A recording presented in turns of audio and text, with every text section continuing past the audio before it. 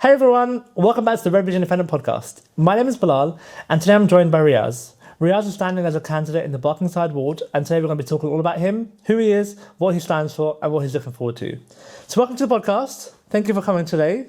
Thank you. So if the people who don't know you, please tell me who you are, what you do, and why you decided to stand for council. Oh my gosh, that's a lot of questions in one go. So my name's Riaz. I lived in Redbridge for 40 odd years in different places.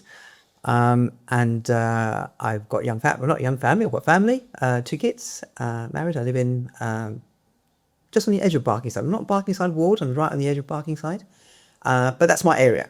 I kind of, I've been there for about 20 years. And what do I do? I've been in business for pretty much all my life. Nice. I kind of decided that working for someone wasn't for me. And I've been involved in training and IT for about 30 years, in fact. It's been going okay. So I've got kind of a slightly different kind of angle as a councillor. I think a lot of councillors come in from the public sector. I'm more from the business sector and particularly finance. So I can bring in a different set of skills, a different angle, different insight to things. Why am I standing as a councillor? It's been a bit of a journey. Do you want me to go through it? Yeah, well done, tell me. Give me the highlights. How's that? Highlights. Yeah. That's probably a good idea. So, okay, I mean, I was a little bit of a student activist, actually, when I was at uni. And just the normal student stuff, arguing about stuff and discussing stuff. So it kind of, got me going there. And when about 15 years ago, I joined Labour. Okay, don't shoot me. Right. A lot of people did. Of course, yeah. A lot of people did. So I joined Labour when they lost the election. And I kind of joined my local ward. And I thought, well, this is interesting. And I looked around, I thought, there aren't a lot of people here. And these people get to decide pretty much what goes on in our wards. Now, Labour weren't in power at the time, but I was keen on debating, talking about politics, that kind of thing. And we did a little bit of that, which was great. And then as the years progressed, Labour were able to kind of establish a bit of a base, come back from their low point, and actually go on to win the council. Yeah. And I saw from the inside exactly kind of how it worked through the selection process, through the meetings process, the interview process, all that kind of stuff. And I was given a couple of roles. And these are, I say that, given. The way that things work in the Labour Party is that it's not so much as an election, it's more of a selection or coronation. Yeah. And actually, weirdly, one of the first things that I saw or heard when I started was, talking about the ward and who was who and who wasn't who.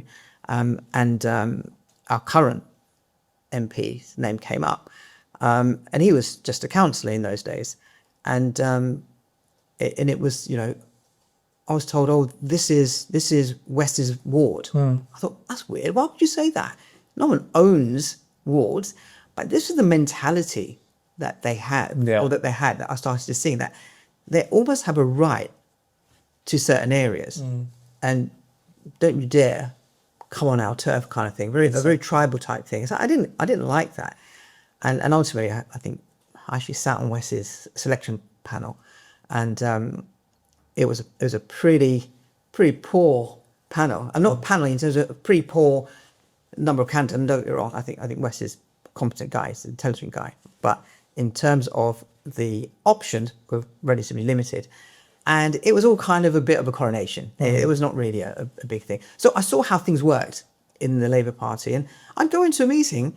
And this one man, one vote thing, or one person, one vote thing, it's all a bit of rubbish. Yeah, I can imagine. You go in and literally one person's got like 3 votes because he's affiliated to like 3 or 4 different organisations in the Labour Party. I thought, what's that all about? I've only got one voice. Yeah. And then as time progressed, I just thought, it just felt as if debate wasn't happening. Debate was being shut down. Democracy wasn't really there. You see the front table, and it was very kind of odd to see usually a group of blokes at the top and a room full of the local constituents. Felt a little bit strange. Yeah. I didn't really realise that. So ultimately, over months and months, after about 10 years, I kind of thought this isn't for me. Yeah. And I decided to leave. Especially, around the Jeremy Corbyn thing, you weren't allowed to talk about certain things. And I thought, I'm in this for talking and debating. Why should I be in this place? And they just, really kind of clamped down on all that. So I left for a while and then started talking to some local people. And we decided 4 years ago, actually 4 and a bit years ago, to do something about it. And we actually had the first incarnation, if you like, of Redbridge independence, believe it or not. So we stood with about 7 people across the borough. I'd learned how to do stuff with Labour, and I thought we could apply this. And 7 of us jumped in and thought, and there was a bit of... Were you one of those 7? I was one of those 7. So why is now also the right time for you to stand up and... So we stood there and we didn't have any resources. There was only a few of us. And the response... And we only had 2 months to campaign. But the response to the doorstep was really good. And people would say, we'll vote for you, no problem. But we could only get around a certain kind of space. It was more of a kind of a protest thing. Yeah. And from not really doing a huge amount of work, we got about 300 votes per ward that we stood in, which isn't too shabby, actually. Not bad, yeah. We actually came just shy of, I think, the Lib Dem candidate from a standing start. Yeah, wow. But it kind of, you need resources. So we kind of did a bit of that. We did that. I think we ruffled a few feathers. People thought, well, actually, this is possible. So that went to bed. And then, obviously, over the last couple of years, through ARCAG's activities, and then them kind of mobilising people. So I think there's always something that mobilises people. Something you need a reason to get out of bed. And I think that's one of the things that ARCAG was really good at doing, off the genocide in Gaza. It mobilised people. It kind of got them thinking, we've got to do something about this.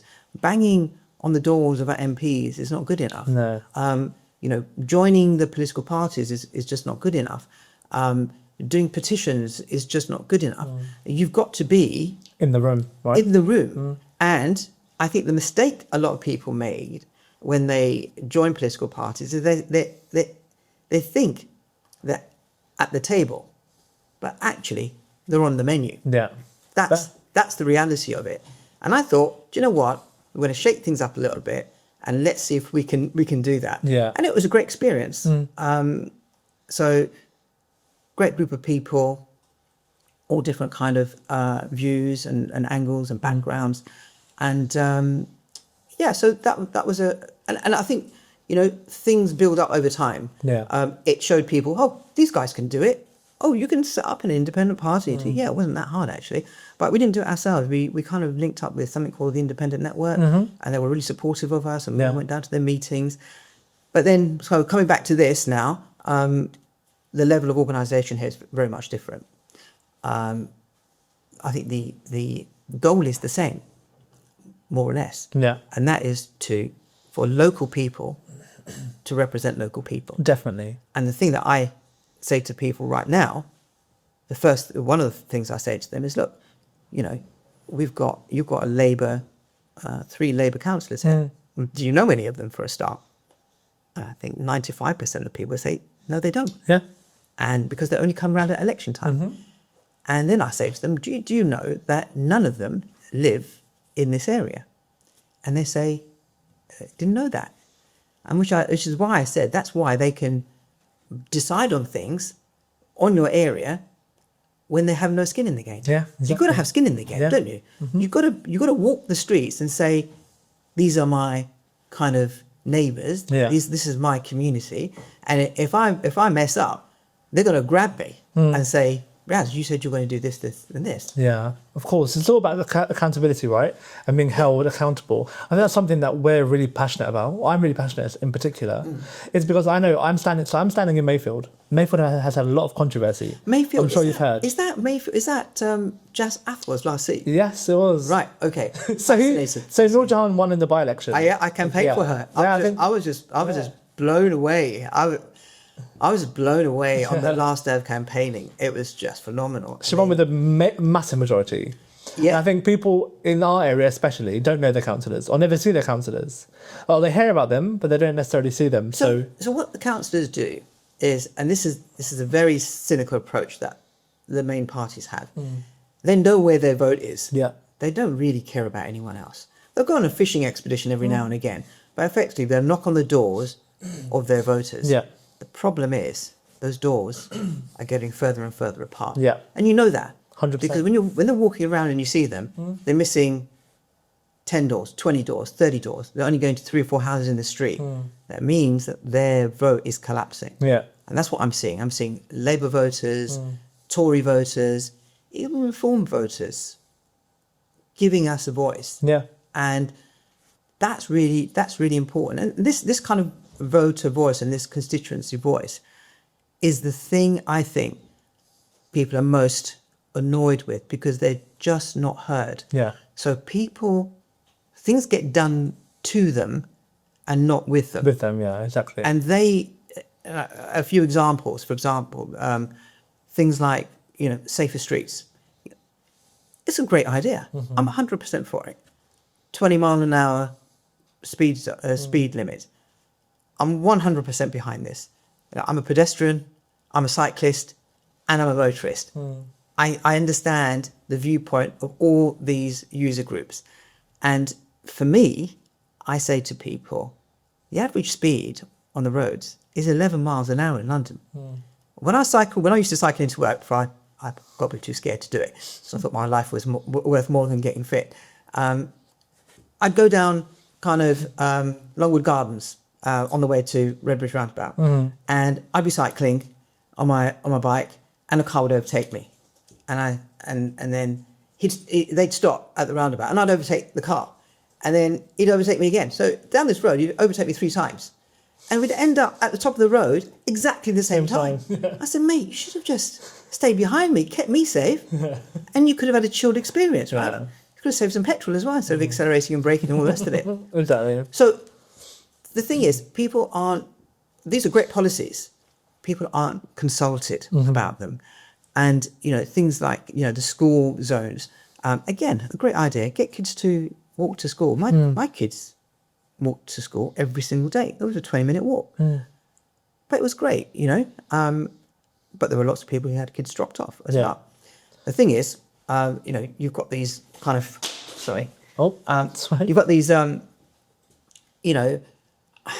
overbearing rules. You go into the street and you get fined 100 quid or whatever. Yeah. People get annoyed with stuff like that. True. And the consultation really hasn't happened. And this is the thing residents say to me, you know what, I don't have a problem with it, but I wish they'd spoken to us more. That brings me really nicely to my next question. So Barkingside, so you're standing. What's something you're hearing on the doorstep from people, apart from lack of consultation? Lack of? Consultation. Yeah. Apart from that, traffic is a huge issue. Car speeding is a huge issue. It really changes people's kinds of quality of life. And I think that's what we're really trying to improve. It's just quality of life. Small things that don't necessarily cost a huge amount of money, because let's face it, we don't have a huge amount of money. Yeah.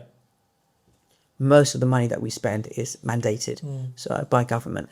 But the small things, I think we can do. And I see pockets of it. When I see people who say, you know what, we're in a little WhatsApp group, we've got like neighbours. And when people say neighbours, they actually mean not just my left and right neighbours, they're talking about 5 or 6, 7, 8 houses around them. And they create a little kind of community all on their own. No input from, the council, no input from councillors, because they say, oh, we're trying to get our councillor involved. They don't get back to us, or they can't be bothered, only if it's got some votes in it, votes in it for them. Exactly. So I think, traffic is a huge issue. you've also got this thing about people moving in to the area maybe 20, 30 years ago, and things are changing, and not for the better. Things are progressively getting worse. The housing stock getting worse. The environment getting worse. HMOs, for example, is a real bugbear in a lot of kind of residential streets. And what we've got here is a council who's been issuing licenses willy-nilly. Exactly. And if you ask people about this planning issue, the thing that comes up time and time again, and I was really surprised at this, is our last council leader. Is that they know and they've heard about what Jas Athwal was doing or wasn't doing. Exactly. Brought in a licensing scheme for the council as leader of the council and didn't license his own properties. Yeah, 18 unlicensed properties. Was it 18? 18. I actually know where they are. Yeah. They're over in Seven Kings. Oh, wow, okay. Someone pointed them out. Yeah. So, I mean, it's shocking. And that's not the most shocking thing. I think the most shocking thing is the silence of the rest of the Labour group. Yeah, 100%. Because they could have called him out. But they haven't. They could have distanced themselves from him. And they didn't. And I think that goes to show how much of a closed shop it is, how much they protect each other. Because this is really important for me. When I was at school, we had debates and things, and we talk about leadership and, what happens with leadership. And a teacher once said to me, so who guards the guardians? And that was really, really interesting. And the answer is, we guard each other. So the people in power should guard each other. In other words, should keep a check on each other. And this is what Redbridge Labour didn't do. They didn't 100%. keep a check on the failings of their own people. Yeah. This is not the only thing. All kinds of things go on. When I talk to business people, they say things like, yeah, we know Redbridge is a dodgy council. Yeah. Stuff like that. I mean, it's all anecdotal stuff, but gosh, I'd want to get to the bottom of that. I'd like to have a squeaky clean administration. Thank you very Exactly. much. Yeah. I want to ask you one question. It's going to be a bit of a hypothetical. Let's say it's March 8th, 2026, the day after the election. You've been elected councillor for Barkingside. I've chosen my seat already in the council. Have you? What's one practical change you want to make for your area? So, this is on the back of the people not being consulted. And I've got this idea, which is a bit out there. Let's hear it. Okay. So, it's like having a ward-wide WhatsApp group. Okay, yeah. Seriously. It might not work, but I know there are all these disparate WhatsApp groups everywhere, and people are talking to each other. Yeah. Wouldn't it be great for us to have direct link to pretty much everyone in the ward who wants an input in decision making? We could put polls out, get people's views on various things. I know it'd be an absolute nightmare to control it, but I just think that would be a really good start in getting people engaged in what's going on with their local area. And sometimes I think, the thing I was telling you about, some people just get on and do stuff themselves.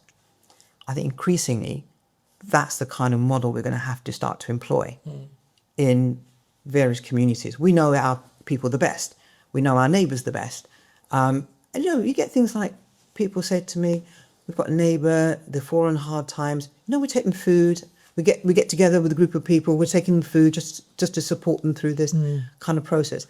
It's things like that which are really the kind of thing we should be helping. And sometimes getting out of the way. I think sometimes the council just gets in the way. Yeah. And all they want are photo ops. Yes. Right? Let's face it, there are a lot of photo ops going on at the moment. And they're all doing the same thing. They're walking around. They don't give any credit to the council workers. We've done this. I've done that. He's done that. This is our fantastic, office of. I said, mate, get real. You're getting high on your own supply, really. It's true. And So true. you just need to get take down a step or two, get a bit humble, and really acknowledge that a lot of the stuff you do, a lot of people just do it themselves. 100%. They've got this big kind of, they do a lot of grand plans. Have you noticed how they kind of do their standard walk and talk thing? Where did they get that from? God Where, bless. I mean, if I ever do that, shoot me. All right, please. That's definitely not going to be me. Yeah. So yeah, it's this kind of, it looks contrived, disingenuous, and I think people see through that. They do. And I'd love to see their social media metrics, because they've gone through the roof. Yeah. Because that's all they're doing at the moment. Yeah. I feel like the community's not giving it enough credit. I think that Labour have taken them for granted. Oh, And they've taken their just willingness to vote for them for granted. yeah. And that's something we're changing, hopefully. And we're definitely going to see a shift on May 7th. We saw a shift in Mayfield. We'll see it again this time round. But I want to finish off asking a few more questions. One of them being, do you have a particular story or scenario that you've heard on the doorstep in Barkingside that really stayed with you throughout this campaign trail? I think that there is a real appetite for people wanting to talk about things that affect them and politics. The problem is they're just not given the opportunity. No. So you join a mainstream party and they say, well, you can't talk about that. You can't talk about that, and you can't talk about that. Yeah. And that kind of thing. Oh, where's my political home? Where's the political home for these residents? Yeah. And this concept of local people representing local people is really powerful. Yeah. It won't work everywhere, but where people have put the effort and the work in over years, I think it's started to gain momentum. Definitely. So, yeah, I think that's really what it is. It's that appetite for engaging, if given the opportunity to engage. I think you're so right. People, and when I go on the doorstep, I feel like people just want to talk to me. Yeah. They've never met me, but they just want to talk to me. They want to ask me questions and kind of spill their life out and just kind of have someone to talk to. It's very cathartic, I think. I think that we've missed that sense of community. You're right. I think that a simple conversation goes a really long way. And for people to say, well, I'm really glad that you kind of spent a little bit of time with me. Sorry, I vented a little bit. And sometimes that's all people really want to do. True. Yeah. So all those things have been closed down, haven't they? Oh, you can't go to the council meeting, and you've got to talk for 30 seconds, and if you go over it, you get penalised and you get thrown out. Yeah. So all these things, and I mean, let's face it, I got disillusioned with the process of democracy when I was part of Labour. And I think people, fair enough, rightly think that, what's the point? Yeah. And it's a really low bar. It's a really low true. bar. Yeah. But unless we kind of, and I just say to people, look, we're just a bunch of local people decided to get up and do something about it. That's the only difference between you and me. And we're standing in the council. And it just, simple things really resonate with people. I think that's what people really want. 100%. And just final question, what's your future? What's your plans for What's your plans and hopes for the future of Barkingside? And for you and your fellow running mates? I think we've got some fairly basic things we just want to get by. And I say this to people I speak to all the time. Yeah. Competency, transparency, and a bit of honesty. Yeah. And I think that's all they really want from their politicians. 100%. And that's really the long and short of it. They don't want to, some guy walking around, talking about the great things that they've done. They just want to run the council, True. run it decently, be transparent, and give us good value for money. Thank you very much. Definitely. And that's what they want. And Redbridge Council just increased council tax again. I just saw my bill. I saw my bill today. Exactly. The last bill, they said, last paper bill. This is your last paper bill for council tax. I think, thank you very much. With lots of nice coloured leaflet. Oh, wow, who paid for that? And this whole thing about money is really, really important. We've got to got to be seen to be spending money well. Yeah. And from a business point, coming from a business point of view, I know the buck stops with me. I know about finances. I know about budgets. I know how, to get good value for money for stuff. Because if I don't get good value money for money for stuff, It's true. I'm going to lose money. I will let go of staff. It means less money for me. It's true, yeah. So these are all really important things. And I think we need to bring more of these skills into the council. And I think from the diverse range of people from all backgrounds that we've got standing under Redbridge Independence, I think we're going to be much better placed to do that. 100%. I think we're a force. We are a force. And we need to get into that council chamber and make an impact now. Yeah, that's what I'm really looking forward reserve to. your seat. I'm telling you, before I get there, I'm going to get the best seat. I'm going to be fighting over it. I think we have to fight for the same seat then. Yeah. It's the best seat. Yeah. And just one final thing. Yeah. Can you describe Barkingside in 3 words? I'm actually going to tell you what my kids say. Go on. Actually, rather than what I say. And one of my kids said, "Do you know what? We're really glad that you moved here." I said, "Oh, why is that then?" And she said, "We're really kind of lucky. We can get into London in 40 minutes. We've got the countryside, a 10-minute drive. Yeah. And we're on the motorway in 5 minutes. Yeah, true. So we're in a great location, and we can walk to our high street. So Yeah. I'm in Barkingside, so our high street is walking distance, and it's a great little kind of neighbourly street. So that, I think, is what Barkingside is about. Yeah. It's like in the suburbs, but it's really close to things. And I think Barkingside is getting a little bit of a vibe to it, which I think it's struggled in the past, but it's become a little bit of a kind of nicer, early evening type high street area. So lots of restaurants have opened up. Nice. And families are wandering around in the evening. And it's a bit of a, people don't like Gants Hill because it's kind of, busy. And Ilford Lane's got too busy. And I think we've got a little bit of that going on, but in a nicer part of Redbridge. I'm not saying the other parts of Redbridge aren't nice, but I think our part is nice because where I live. Yeah. Okay. Fair. So I'm gonna shout out to my local area. Do it. Absolutely. So yeah, that's pretty much it. Nice. Well, thank you so much for being with me today. I really genuinely appreciate the conversation. Hope you had a good time. Hope you enjoyed yourself. I did actually, yeah. Best of luck with your campaign. Thank You've got you. a few weeks left. Yeah. So keep pushing. Yeah, I know yeah. you and the guys are already on it. Yep. I see all the time that you guys are canvassing and talking to people and Yeah. keep going. Yeah, Keep it up. I'm looking forward to kind of, jumping into other wards. I did that last week, which is Everyone join Mayfield, please come join us. We'd love to have you. I did, but we stood in Mayfield as our previous incarnation. Oh, nice. And that was interesting. Yeah, But I campaigned with for Nur Jahan as well. amazing. And it was I noticed then when I was knocking on the door, I just knew you get a feel. Yeah. For different part. I've been on lots of campaigns with Labour and stuff, and you get a feel. Yeah. And when Jeremy Corbyn was fighting the election, we were fighting the local council elections. I thought, my gosh, I didn't see this vibe before. Yeah. And I felt that. I thought Nur Jahan's going to win this. Yeah. I mean, I just thought she's going to knock. I didn't think she was going to win it. I thought she's going to knock it out of the park. Yeah. And it was just such a great feeling Yeah, it really was. to feel that. And that doesn't happen Yeah. overnight. It takes long, hard slog, a long, hard Exactly. slog, Yeah.